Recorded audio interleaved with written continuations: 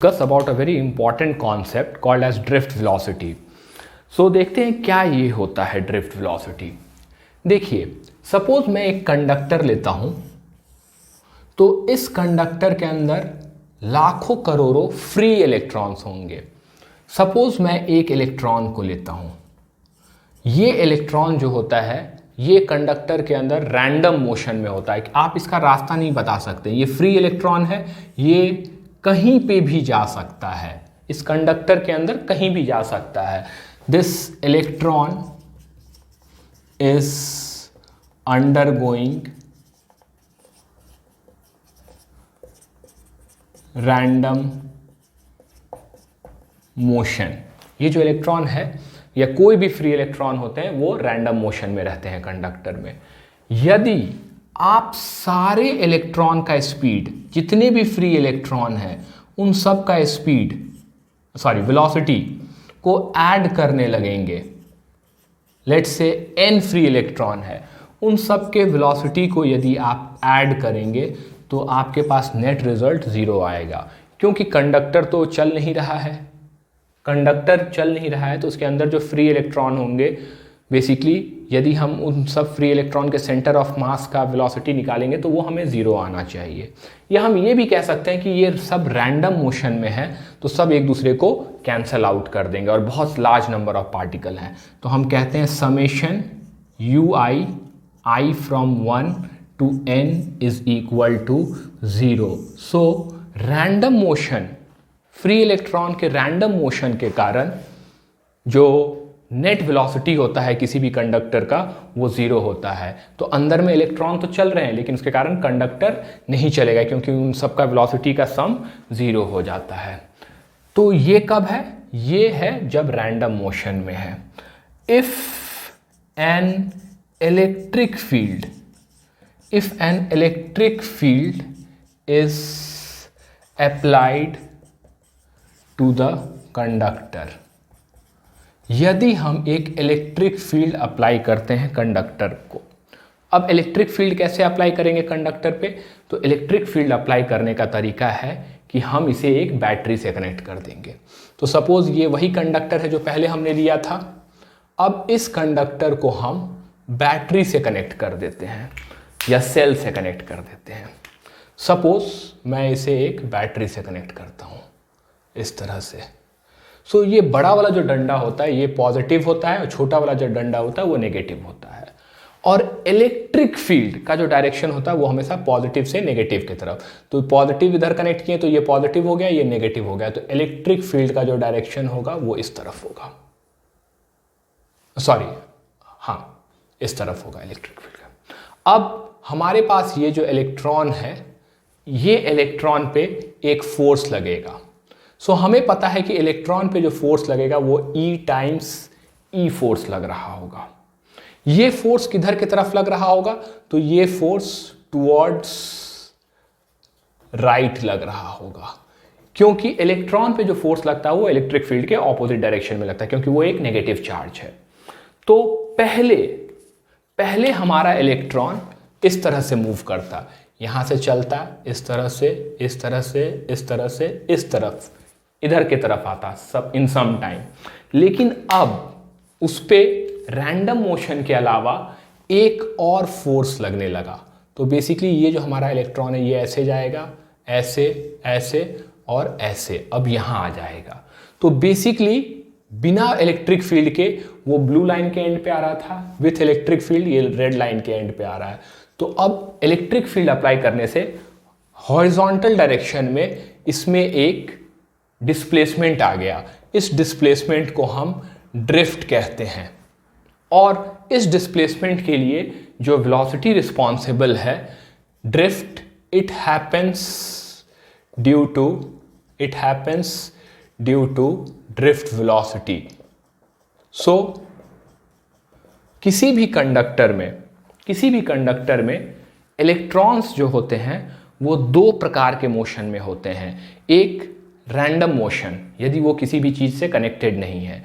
लेकिन उसी कंडक्टर को यदि हम बैटरी से कनेक्ट कर दें तो उसमें रैंडम मोशन के साथ साथ ड्रिफ्ट वेलोसिटी भी आ जाता है, जिसके कारण वो धीरे धीरे करके एक्स्ट्रा डिस्प्लेसमेंट होने लगता है opposite to direction of electric field. ये जो वेलोसिटी ऑफ रैंडम मोशन है, ये वेलोसिटी ऑफ रैंडम मोशन जो है, this is of the order 10 to the power 6 metre per second. इस ऑर्डर का स्पीड से चलता है रैंडम मोशन में, बहुत ही फास्ट रहते हैं। बट वेलोसिटी ऑफ और ड्रिफ्ट वेलोसिटी, ये जो ड्रिफ्ट वेलोसिटी होता है जो इलेक्ट्रिक फील्ड अप्लाई करने के कारण से होता है, basically this is of the order 10 to the power -3 metre per second. इस ऑर्डर का होता है, या हम ये कह सकते हैं this is of the order millimetre per second. तो ये जो ड्रिफ्ट हो रहा होता है वो बहुत ज़्यादा नहीं हो रहा होता है। सो इलेक्ट्रिक फील्ड अप्लाई करने पे मत सोचिएगा कि बहुत ज़्यादा फास्ट से इलेक्ट्रॉन मूव करने लगता है। ऑलरेडी वो रैंडम मोशन में रहता है, वो बहुत ही फास्ट रहता है।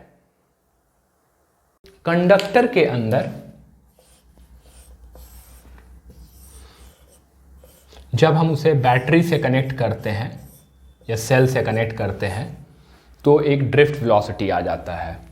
फोर्स जो लग रहा होता है वो E टाइम्स E लग रहा होता है। तो एक्सेलरेशन क्या हो जाएगा, E upon mass of electron. Electron के मास से डिवाइड कर देंगे तो ये एक्सेलरेशन आ जाएगा। ये एक्सेलरेशन है कांस्टेंट।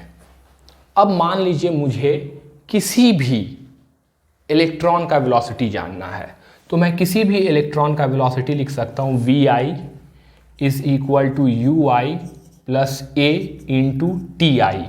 अब TI क्या है, तो यहाँ पे TI जो है टाइम बिटवीन सक्सेसिव कोलिजन।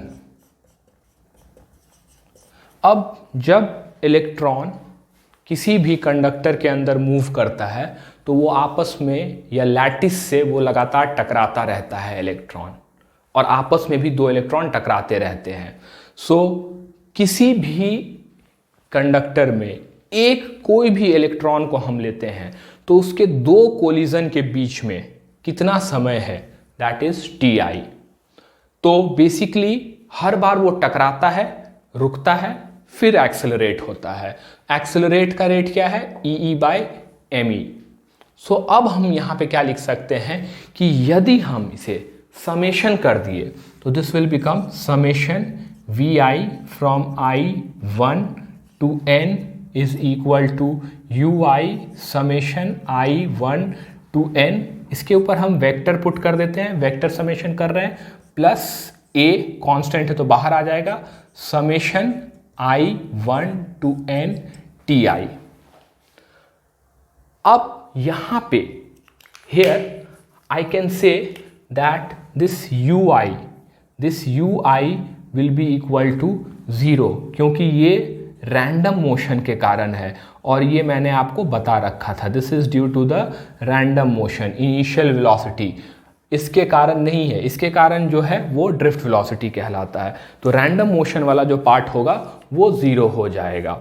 तो अब हम यहाँ पे क्या कह सकते हैं, अब हम कह सकते हैं कि हमारे पास जो बचा हुआ रह गया वो रह गया summation VI from I1 to N is equal to summation TI from I1 to N।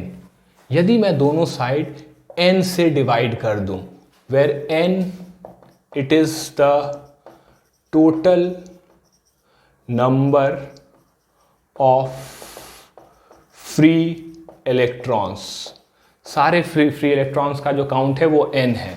तो बेसिकली ये वाला जो टर्म होगा, this term will become V average, क्योंकि ये sum of all the velocity divided by n है।